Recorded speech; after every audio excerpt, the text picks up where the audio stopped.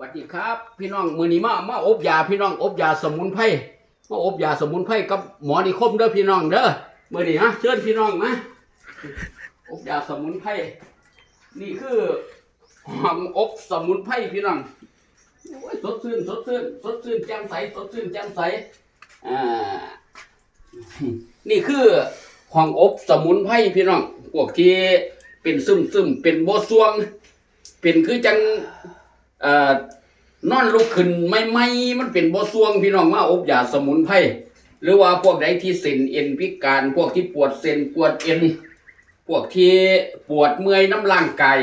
อยากให้ร่างกายสดชื่นแจ่มใสกะมาอบยาสมุนไพรมื้อนี้มาเด้อพี่น้องเด้อ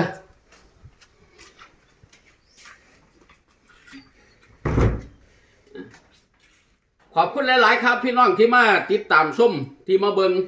นะครับมื้อนี้หมอนิคมได้โอกาสดีก็เลยมาอบยาสมุนไพรแล้วก็สิเผยแพร่ให้พี่น้องบ้านเฮาได้เห็นได้ฮู้จักว่าภาพจริงๆของการอบยาสมุนไพรเป็นจังไดขอบคุณครับสวัสดีครับ